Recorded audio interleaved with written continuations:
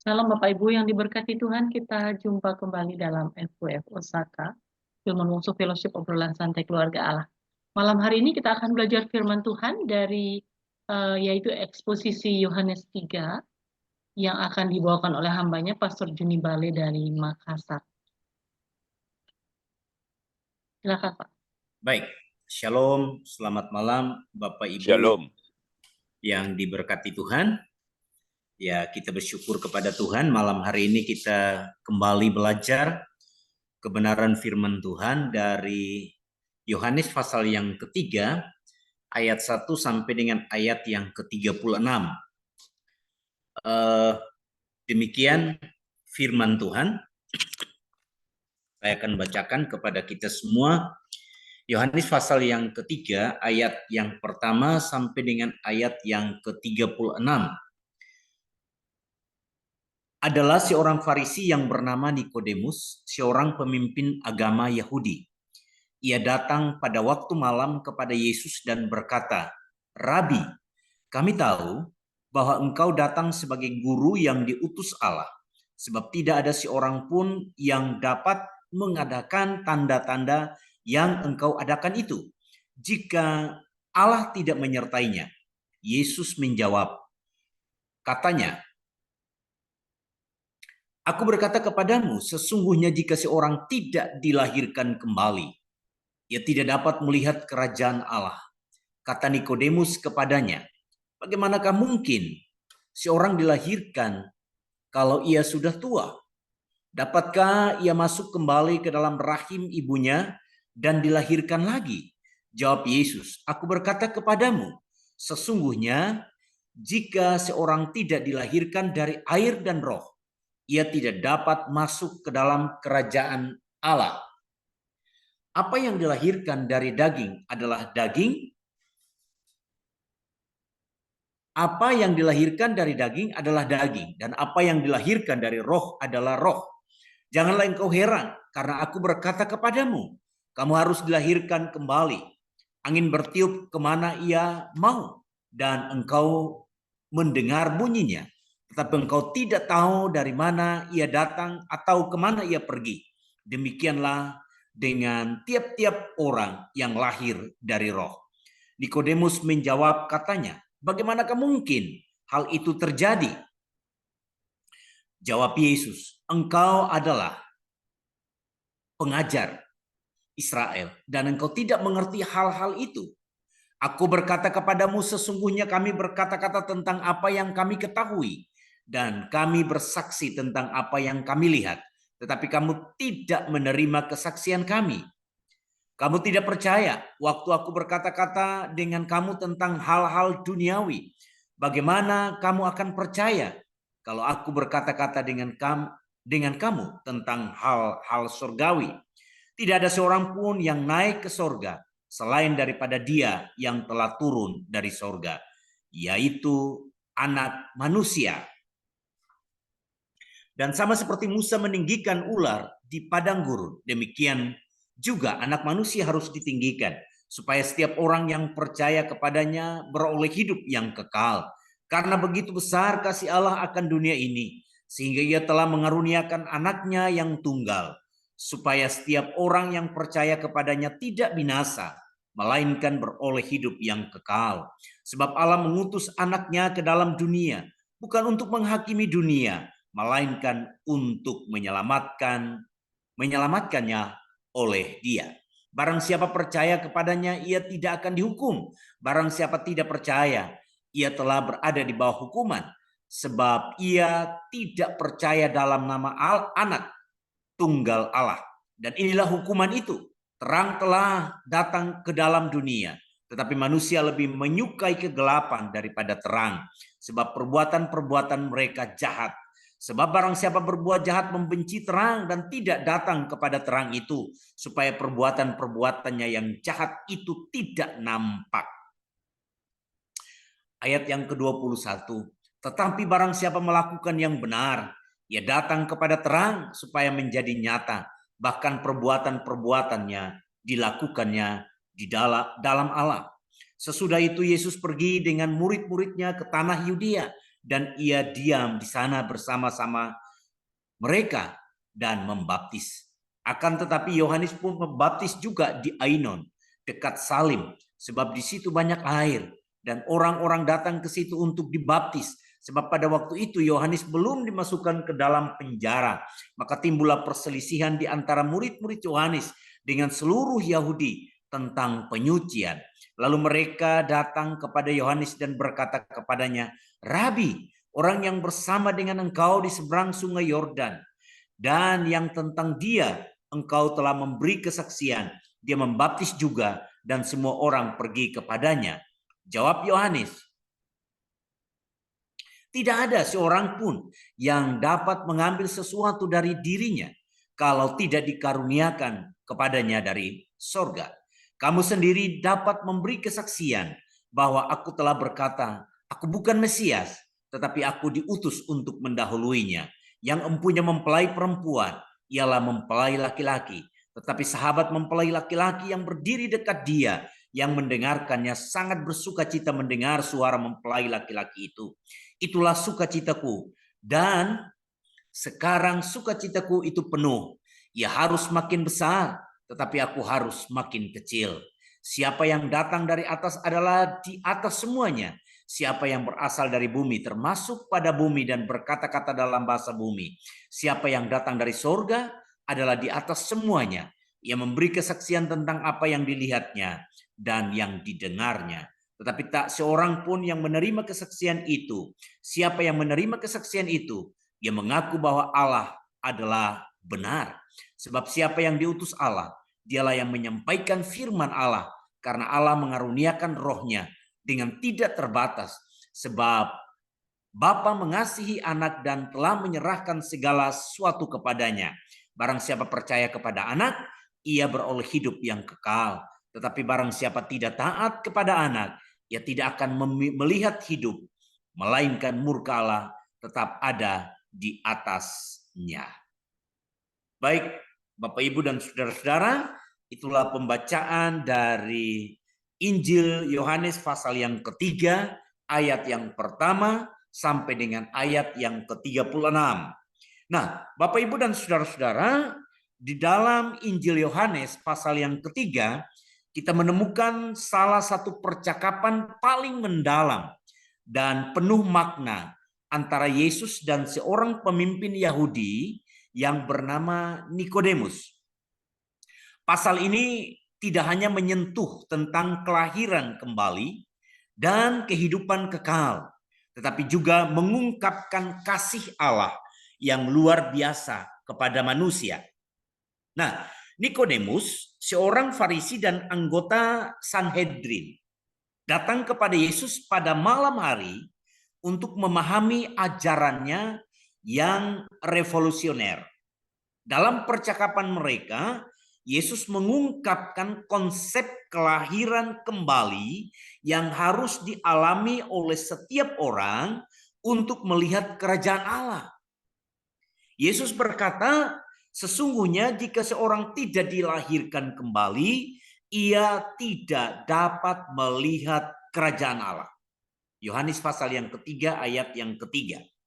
Ini menekankan bahwa perubahan rohani yang mendalam dan fundamental diperlukan untuk mendekatkan kita kepada Allah. Pasal ini juga berisi salah satu ayat yang penting, yang paling terkenal dalam seluruh Alkitab, yaitu Yohanes pasal yang ketiga, ayat yang ke-16, yang berbunyi, karena begitu besar kasih Allah akan dunia ini, sehingga ia telah mengaruniakan anaknya yang tunggal, supaya setiap orang yang percaya kepadanya tidak binasa, melainkan beroleh hidup yang kekal. Ayat ini merangkumkan inti daripada Injil, kasih Allah yang luar biasa, yang memberikan anaknya untuk menyelamatkan umat manusia dari dosa. Selain itu, Injil Yohanes pasal 3 ayat 1 sampai dengan ayat yang ke-36 juga memperkenalkan peran Roh Kudus dalam proses kelahiran kembali dan kehidupan baru di dalam Yesus Kristus. Yesus menjelaskan bahwa dilahirkan dari air dan roh adalah syarat untuk masuk ke dalam kerajaan Allah. Yohanes pasal yang ketiga ayat yang kelima. Ini menunjukkan bahwa kelahiran kembali bukanlah perubahan secara lahiriah, tetapi transformasi batiniah yang dikerjakan oleh Roh Kudus yang terjadi di dalam kehidupan kita.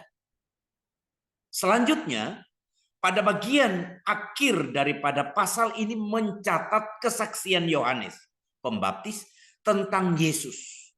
Yohanes Pembaptis menegaskan bahwa Yesus adalah anak Allah yang datang dari surga dan bahwa siapa yang percaya kepada anak Allah, ia beroleh hidup yang kekal. Tetapi siapa yang tidak taat kepada anak Allah, ia tidak akan melihat hidup, melainkan murka Allah tetap ada di atasnya. Yohanes 3 ayat yang ke-36. Ini menekankan pentingnya iman dan ketaatan kepada Yesus Kristus sebagai jalan menuju keselamatan.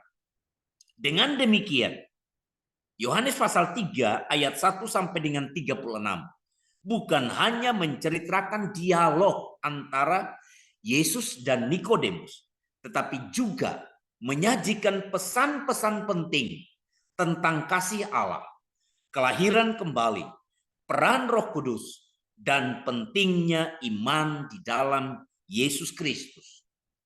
Pasal ini memberikan dasar yang kuat untuk pengajaran tentang keselamatan dan kehidupan kekal yang ditawarkan melalui Yesus Kristus. Nah, latar belakang daripada Yohanes pasal yang ketiga ayat yang pertama sampai dengan 36.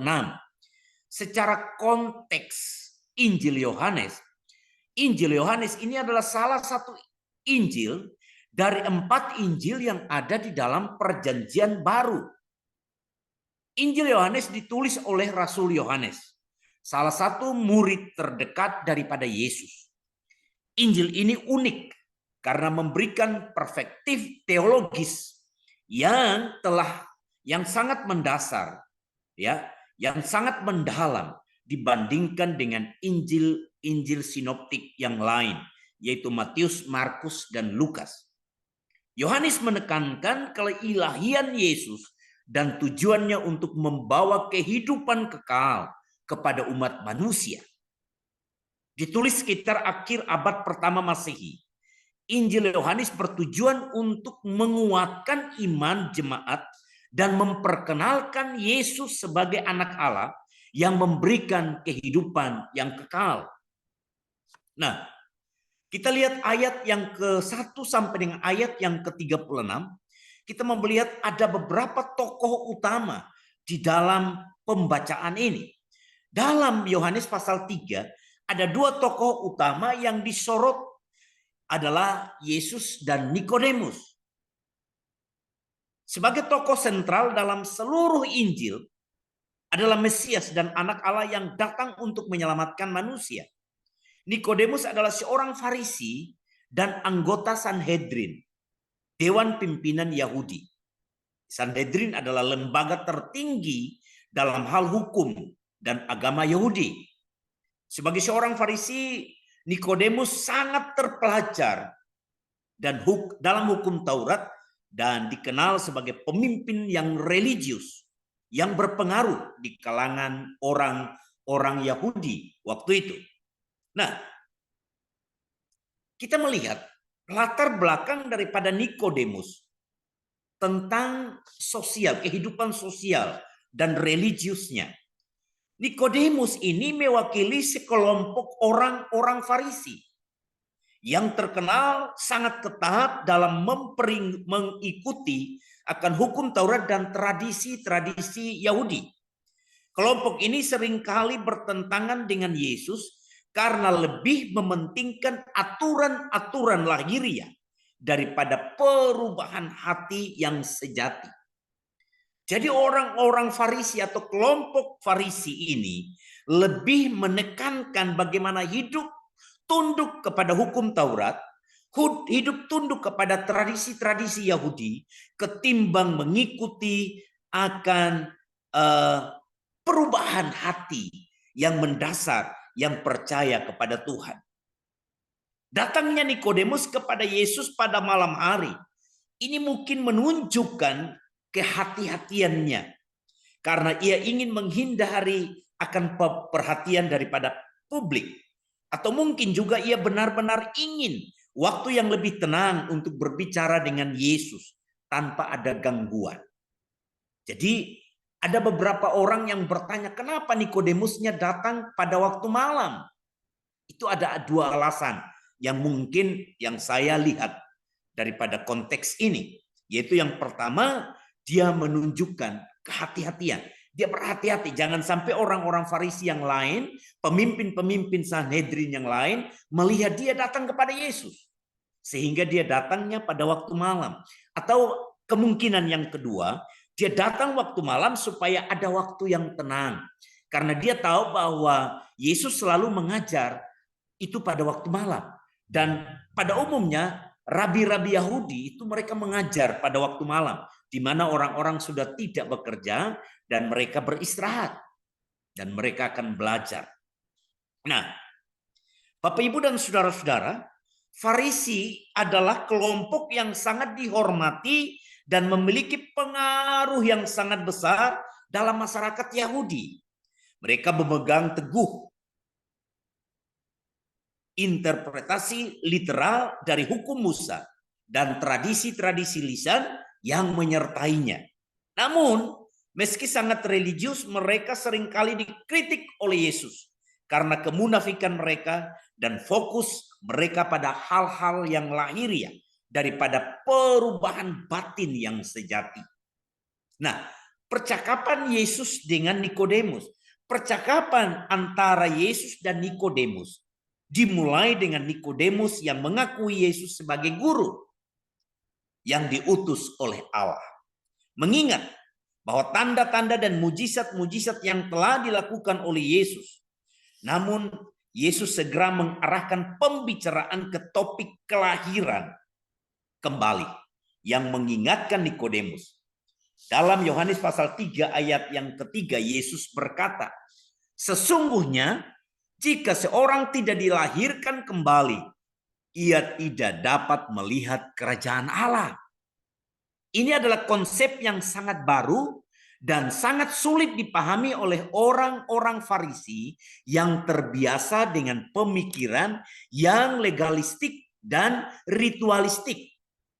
Jadi orang-orang Farisi ketika Yesus berbicara bahwa kalau sesungguhnya jika seorang tidak dilahirkan kembali, ia tidak dapat melihat kerajaan Allah. Mereka menjadi bingung. Ya. Karena apa? Karena mereka di dalam pikiran mereka sudah terpola, terkonsep. Ya, dengan pikiran-pikiran yang legalistik dan ritual yang mereka lakukan. Yesus kemudian menjelaskan bahwa kelahiran kembali ini bukanlah kelahiran secara fisik.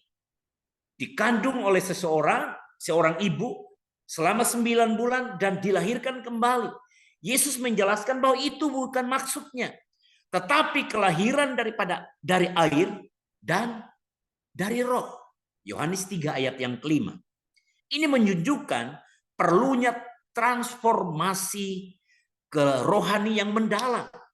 Bukan hanya ketaatan pada peraturan-peraturan lahiriah. Kelahiran kembali yang dibicarakan Yesus itu merujuk pada karya Roh Kudus yang mengubah hati dan hidup seseorang untuk hidup di dalam takut akan Tuhan. Memberikan mereka kehidupan yang baru dan sejati di dalam Allah.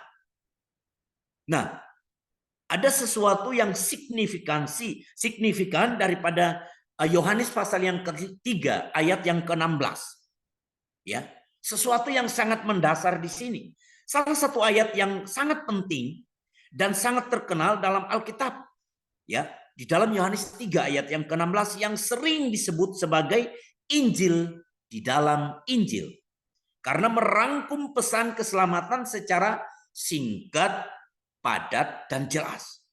Dikatakan karena begitu besar kasih Allah akan dunia ini, sehingga ia telah mengaruniakan anaknya yang tunggal, supaya setiap orang yang percaya kepadanya tidak binasa, melainkan beroleh hidup yang kekal. Ayat ini menegaskan bahwa kasih Allah adalah motivasi utama di balik pengutusan Yesus ke dunia. Kasih ini bersifat inklusif, mencakup seluruh umat manusia, dan menawarkan kehidupan kekal kepada siapa saja yang percaya kepada Yesus Kristus. Nah, di dalam bagian ayat yang ke-22 sampai dengan 36, kita melihat tentang kesaksian daripada Yohanes Pembaptis. Bagian terakhir dari pasal ini memuat kesaksian daripada Yohanes Pembaptis tentang Yesus Kristus. Yohanes Pembaptis yang sebelumnya mempersiapkan jalan kedatangan Mesias, mengakui bahwa Yesus adalah anak Allah yang datang dari sorga. Yohanes Pembaptis menegaskan pentingnya iman kepada Yesus untuk memperoleh hidup yang kekal. Ia berkata, siapa yang percaya kepada anak, ia beroleh hidup yang kekal. Tetapi siapa yang tidak taat kepada anak, ia tidak akan melihat hidup, melainkan murka Allah tetap ada di atasnya. Yohanes 3 ayat yang ke-36. Ini menekankan bahwa penerimaan Yesus dan ketaatan kepadanya adalah kunci untuk mengalami keselamatan. Yohanes 3 ayat 1 sampai dengan 36 memberikan pandangan yang mendalam tentang hubungan antara iman, kelahiran baru, dan kehidupan yang kekal. Dialog antara Yesus dan Nikodemus mengungkapkan kebutuhan mendasar akan transformasi rohani yang hanya bisa diwujudkan melalui Roh Kudus. Kasih Allah yang besar dinyatakan dalam pengutusan. Yesus menawarkan keselamatan kepada semua orang yang percaya kepada Yesus. Kesaksian Yohanes Pembaptis menegaskan bahwa Yesus adalah anak Allah yang datang untuk memberikan hidup yang kekal kepada semua orang yang percaya kepadanya. Bagian ini memberikan landasan teologis yang sangat kuat bagi pengajaran tentang keselamatan dan kehidupan yang baru di dalam Yesus Kristus. Nah, kita melihat Bapak Ibu Saudara-saudara bahwa isi daripada Yohanes pasal 3 ayat 1 sampai dengan 36 ada beberapa hal yang saya lihat. Ada 5 hal. Yang pertama, pengajarannya itu tentang kelahiran kembali. Pesan utama yang diajarkan oleh Yohanes, ya, dari pasal 3 ayat 1 sampai dengan ayat yang ke-36 adalah tentang kebutuhan akan kelahiran kembali secara spiritual. Ya, secara spiritual. Percakapan antara Yesus dan Nikodemus mengungkapkan bahwa untuk melihat kerajaan Allah, seseorang harus dilahirkan kembali. Ini bukanlah kelahiran secara fisik, tetapi transformasi secara batinia yang dikerjakan oleh Roh Kudus di dalam hidup seseorang. Lalu yang kedua tentang kasih Allah yang besar, ya, yang tadi sudah kita baca Yohanes 3 ayat yang ke-16. Lalu yang ketiga, pentingnya iman kepada Yesus Kristus. Lalu yang keempat, peran Roh Kudus dalam transformasi rohani. Dan yang kelima, konsekuensi dari tidak percaya kepada Yesus. Yohanes 3 ayat 18 sampai 21 menggarisbawahi konsekuensi dari tidak percaya kepada Yesus Kristus. Mereka yang tidak percaya sudah berada di bawah hukuman karena dosa mereka sendiri. Penerimaan tentang Yesus membawa terang di dalam hidup seseorang, sementara penolakan terhadap Yesus membawa ke dalam kegelapan yang berujung pada hukuman. Ini menunjukkan pentingnya keputusan-keputusan rohani dalam mengenali dan menerima Yesus sebagai Tuhan dan Juru Selamat secara pribadi di dalam hidup seseorang.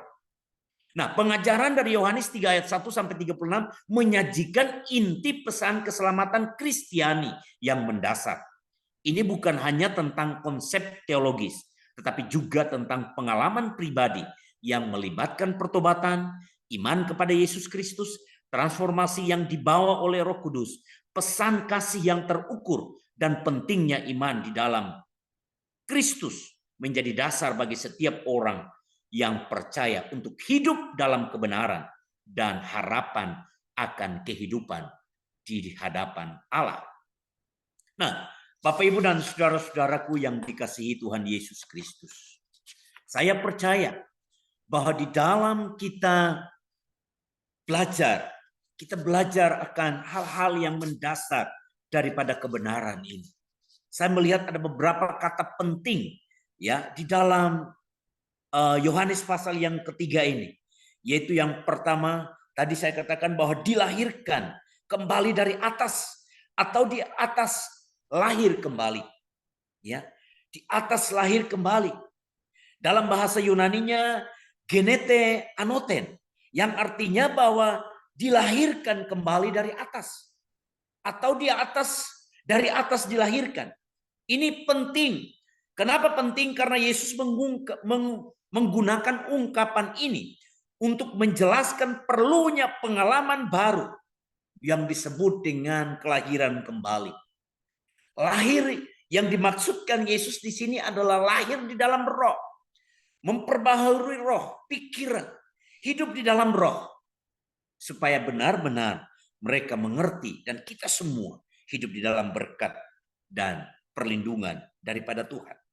Lalu ada kata-kata penting yang lain, yaitu pisteon, atau orang-orang yang percaya, atau orang-orang yang beriman.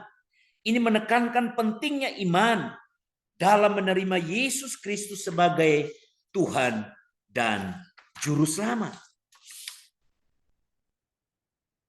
Lalu yang berikut ada kata-kata membebaskan.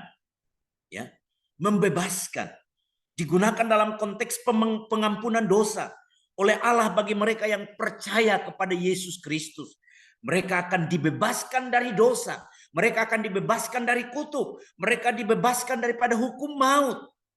Mereka menerima ketika mereka dilahirkan kembali dan menerima Yesus Kristus sebagai Tuhan dan Juru Selamat.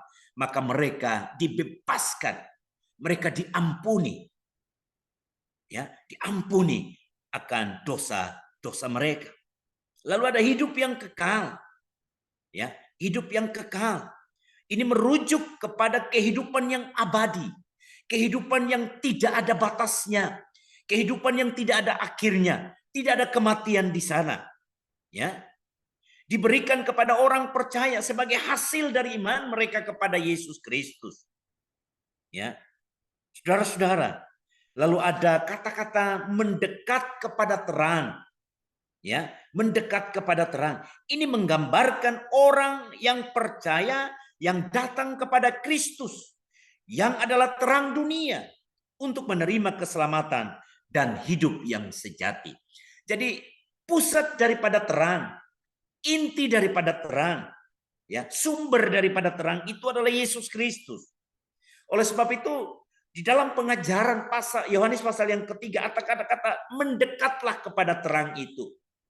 Ya, mendekatlah kepada terang itu, mendekatlah kepada sumber kehidupan itu, mendekatlah kepada sumber itu, ya, sumber keselamatan itu.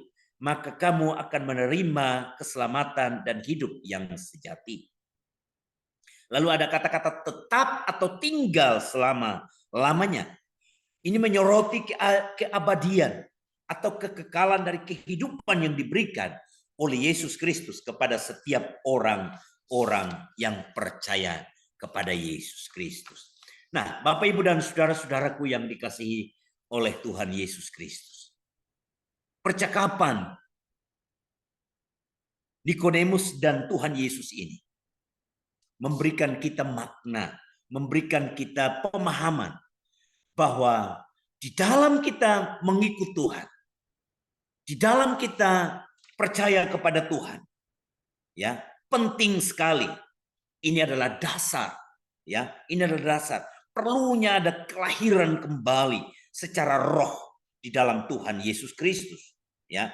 Karena Tuhan telah mengutuskan anaknya untuk memberikan kepada kita kehidupan yang kekal seperti Yohanes 3 ayat yang ke-16. Nah, Bapak, Ibu, dan saudara-saudaraku, kita percaya bahwa pentingnya iman kita kepada Kristus itu sangat diperlukan di dalam kehidupan kita. Yohanes pasal 3 ayat yang ke-18. Ya, saya akan menutup sharing saya pada malam hari ini dengan bagian ini. Ya, pentingnya iman kita kepada Yesus Kristus. Ya, Yohanes pasal yang ketiga ayat yang ke-18 dikatakan Tuhan Yesus di dalam firman ini ditegaskan bahwa orang-orang yang percaya kepada Yesus tidak dihukum. Tetapi orang-orang yang tidak percaya telah menghukum diri mereka karena mereka tidak percaya kepada Yesus Kristus. Keselamatan datang melalui iman kita kepada Kristus sebagai juru selamat pribadi kita. Ini menunjukkan bahwa iman bukan sekedar pemahaman pengetahuan saja, tetapi kebutuhan pribadi untuk mempercayai dan mengikuti Yesus sebagai Tuhan dan juru selamat. Yohanes Pembaptis dan murid-muridnya terlibat dalam kegiatan membaptis di dekat Salim. Tetapi ketika orang-orang datang untuk dibaptis, mereka melaporkan kepada Yohanes bahwa Yesus juga sedang membaptis orang di Yudea. Yesus menyatakan bahwa peran dan kedudukannya hanyalah untuk menyiapkan. Yohanes menyatakan bahwa peran dan kedudukannya hanyalah untuk menyiapkan jalan bagi Mesias dan bahwa ia harus bertambah sedangkan dirinya harus berkurang. Yohanes Pembaptis memberikan kesaksian yang kuat tentang Yesus sebagai anak Allah yang datang dari sorga, yang memiliki otoritas, yang memiliki kuasa yang mutlak atas segala sesuatu. Dia menegaskan bahwa semua orang yang percaya kepada anak Allah beroleh hidup yang kekal.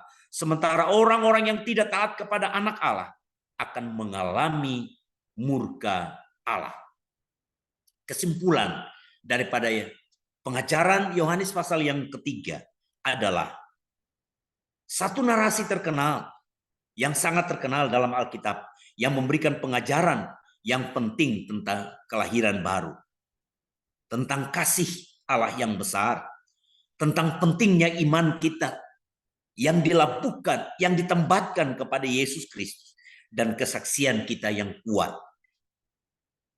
tentang Yesus Kristus di dalam setiap kehidupan kita. Setiap bagian dari pasal ini menyoroti prinsip-prinsip dasar iman Kristen yang mendasar, yang menawarkan harapan keselamatan bagi setiap orang yang percaya kepada Yesus Kristus sebagai Tuhan dan Juru Selamat secara pribadi. Jadi Bapak Ibu, ada 4 hal yang mendasar daripada pengajaran yang terdapat di dalam Yohanes pasal yang ketiga ayat 1 sampai dengan 36, yaitu kelahiran kembali, kasih Allah yang besar, pentingnya iman kepada Yesus Kristus, dan yang keempat, tujuan pengutusan anak Allah yang dilengkapi dengan kesaksian daripada Yohanes Pembaptis tentang Yesus Kristus di dalam kehidupannya. Nah, Bapak Ibu, kita belajar malam hari ini bahwa sesungguhnya bukan berarti kita harus masuk lagi ke dalam kandungan ibu kita untuk dilahirkan kembali secara fisik, tetapi yang dimaksudkan di sini adalah bagaimana kita lahir kembali di dalam roh dan kebenaran, ya, di dalam roh dan kebenaran yang dikerjakan oleh Roh Kudus. Kelahiran kembali mencakup pertobatan daripada dosa yang kita lakukan dan penerimaan Yesus Kristus sebagai Tuhan dan Juru Selamat di dalam setiap kehidupan kita. Saya percaya Bapak Ibu dan saudara-saudara bahwa kita dapat mengerti apa yang menjadi pengajaran kebenaran firman Tuhan malam hari ini. Biarlah kita menjadi orang-orang yang senantiasa menjadi pelaku-pelaku firman Tuhan di dalam setiap kehidupan kita. Tuhan Yesus memberkati kita. Amin. Mari kita berdoa. Tuhan, terima kasih untuk malam hari ini. Kami bersyukur kepadamu ya Bapa, karena Tuhan, kami boleh belajar bersama-sama kebenaran firman Tuhan dari Injil Yohanes pasal yang ketiga ayat 1 sampai dengan ayat yang ke-36 yang mengajarkan kami begitu banyak hal, terutama Tuhan di dalam kami boleh menjadi anak-anak Tuhan yang sungguh-sungguh mengasihi Tuhan, yang lahir baru di dalam roh dan kebenaran. Biarlah Tuhan Yesus senantiasa penuhi kami dengan kuasa-Mu, dan tiap-tiap hari kami menjadi anak-anak Tuhan yang boleh menjadi saksi dimanapun kami berada. Karena kami percaya Tuhan Yesus, bahwa di luaran sana masih banyak orang yang belum menerima Yesus Kristus sebagai Tuhan dan Juru Selamat. Oleh sebab itu Tuhan, kami yang ada, kami yang sudah terima Tuhan sebagai Tuhan dan Juru Selamat, kami boleh mengabarkan Injil kepada mereka yang belum menerima Tuhan Yesus sebagai Tuhan dan Juru Selamat. Tolong kami semua, mampukan kami Bapa, supaya kami menjadi hamba-hamba Tuhan yang sungguh-sungguh melakukan apa yang Tuhan inginkan di dalam setiap kehidupan kami. Bapa, kami tahu bahwa setiap kami, Tuhan berikan kami talenta, Tuhan berikan kami kemampuan, Tuhan memberikan kepada kami hal-hal yang baik, yang besar, yang mampu kami lakukan di dalam setiap hidup kami, pribadi lepas pribadi. Oleh sebab itu talenta, kemampuan, hikmat, apapun yang Tuhan berikan di dalam hidup kami, itu adalah untuk membantu kami, menolong kami, supaya kami boleh menjadi saksi-Mu di tengah-tengah dunia ini Tuhan. Terima kasih, kami berdoa untuk setiap kami yang tergabung di dalam FWF ini Tuhan. Tuhan Yesus tolong supaya tiap-tiap hari ketika kami belajar firman Tuhan, bukan saja kami menjadi tahu firman Tuhan, bukan saja kami mengerti banyak hal tentang firman Tuhan, tapi lebih jauh daripada itu Tuhan, kami menjadi pelaku firman Tuhan. Terpujilah nama-Mu, di dalam nama Yesus, Tuhan dan Juru Selamat hidup kami. Kami mengucap syukur dan berdoa kepada Bapa kami di sorga. Haleluya. Amin. Amin. Amin. Amin. Amin. Terima kasih, saya serahkan kembali kepada Pak Freddy dan juga Ibu Ayu.